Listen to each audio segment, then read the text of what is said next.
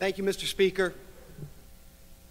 You know, a little while ago, starting with Reed and several of my colleagues who spoke, I heard a baby crying up in the gallery. And it reminds me of my favorite parish priest who doesn't support crying rooms, but rather refers to it as God's music. And I thought that was apropos because the eloquence of those who have spoken and the reverence that I see in this house today, to me, has the feel of a cathedral-like atmosphere. I'm nervous, and I'm never nervous, mostly, when I speak. But it's only because I wish I could channel the thoughts of probably 1 million of our fellow citizens who are counting on me, on all of us, to do that today. 10 years ago, when I was privileged to join this esteemed body, one of the first bills that I introduced was a Marriage Equality Act.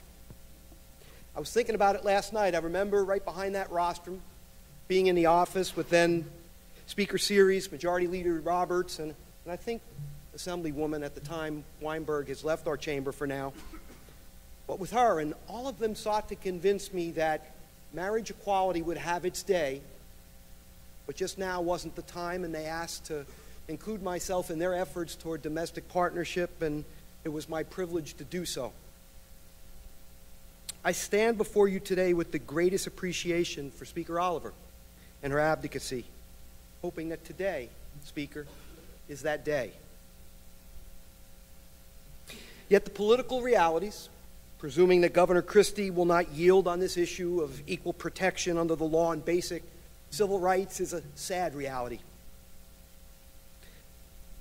For countless New Jersey families, this is not a political issue at all. They're simply waiting for the day when they can conduct their affairs in the same manner as their heterosexual counterparts, waiting to see their sons, their daughters, their aunts, their uncles, their brothers and sisters, even their parents, engage in the civil right of marriage on equal footing. It would be improper for me to let this day pass, Reed, without acknowledging you as a lead sponsor. You've been serving the people of this state for 16 years. You, as one of our colleagues, shared a very personal part in your life, becoming the first legislature in state history to publicly express your sexuality. You are a role model to every person, young and old, who's built up the courage to share with their family and friends and neighbors that aspect of their life. It's enriched all of us. It adds the depth and the value of this conversation and helps us to better represent the diverse families in our state. Thank you for that. And for all the individuals who have come out, you're to be applauded as well.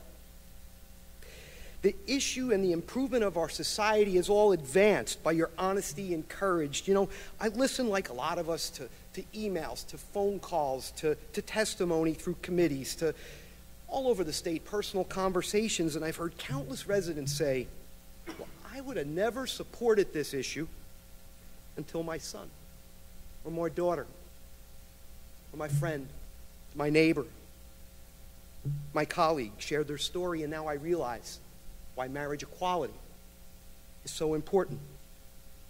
To all of you who have been on that sharing side of the conversation, thank you.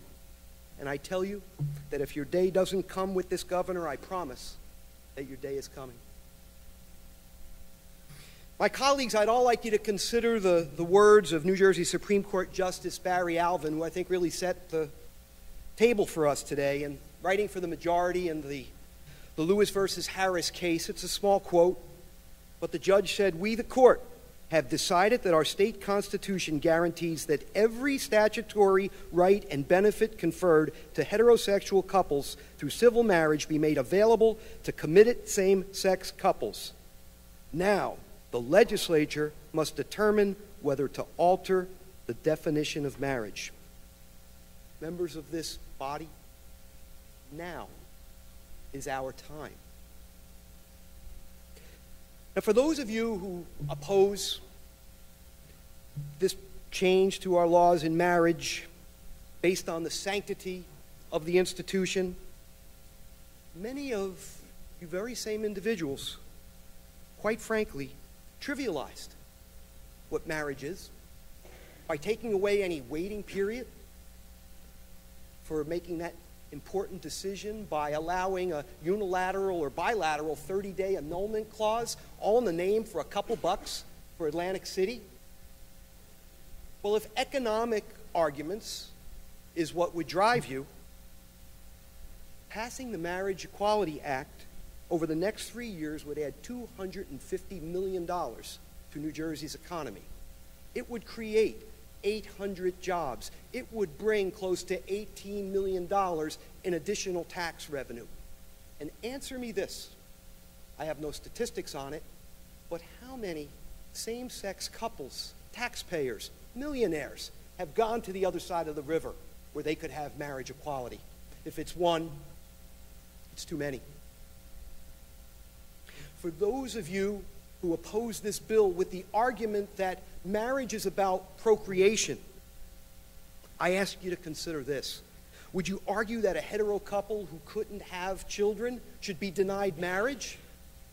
Would you deny that a postmenopausal woman should be allowed to marry? Of course you wouldn't.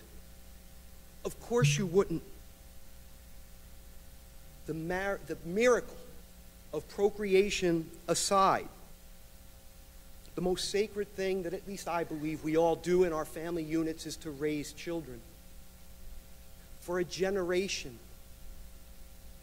non-heterosexuals have been permitted by our laws to adopt children, to take on that unbelievable responsibility. Yet you would deny those parents the right to marry? Where's the logic? Where's the equity? The last point, I guess, to those who oppose this bill is something I just think of as empathy. There's millions of us who feel strongly, who have testified, who have told you what this means to them. People I know that you respect. Empathy. Empathy is the very essence of our humanity. Find it in yourself. Find it in yourself. We're not here voting about special interest. We're here voting about our family members. And you know what? If you're not of a family that at least that you know of that is necessarily directly affected, then know that you're voting about teachers that you've had or your children have. Know that you're voting about firemen, about policemen that you look to protect you, accountants and lawyers and all that you put in their hands, doctors and nurses and other medical providers whose life you put in their hands, of soldiers who serve their country and die for it, of colleagues that sit here next to you. I beseech you to find it in yourself to do what is right. 236 years ago, this nation was founded on a revolutionary premise.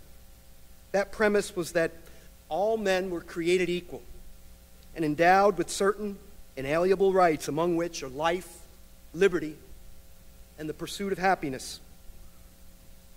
Many that spoke before me were so articulate in indicating how those laudable principles rang so hollow for groups, for women, for races other than Anglican-bred Caucasians, for religious beliefs other than Anglican-based Protestants, for those who are disabled, those who are elderly.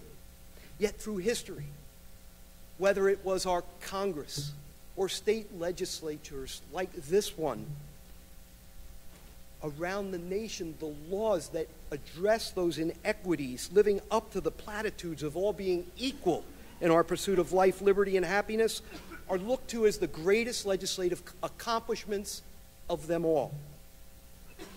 Today, my friends and colleagues, we all have a chance to be great. In 2012, in New Jersey, there's a segment of our citizens who we are duly sworn to represent that are limited in their pursuit of life, liberty, and happiness. Please join us all in the rejection of this long-standing inequity and simply do the right thing in an act of enlightenment and empathy. Mr. Speaker, thank you, and thank you all.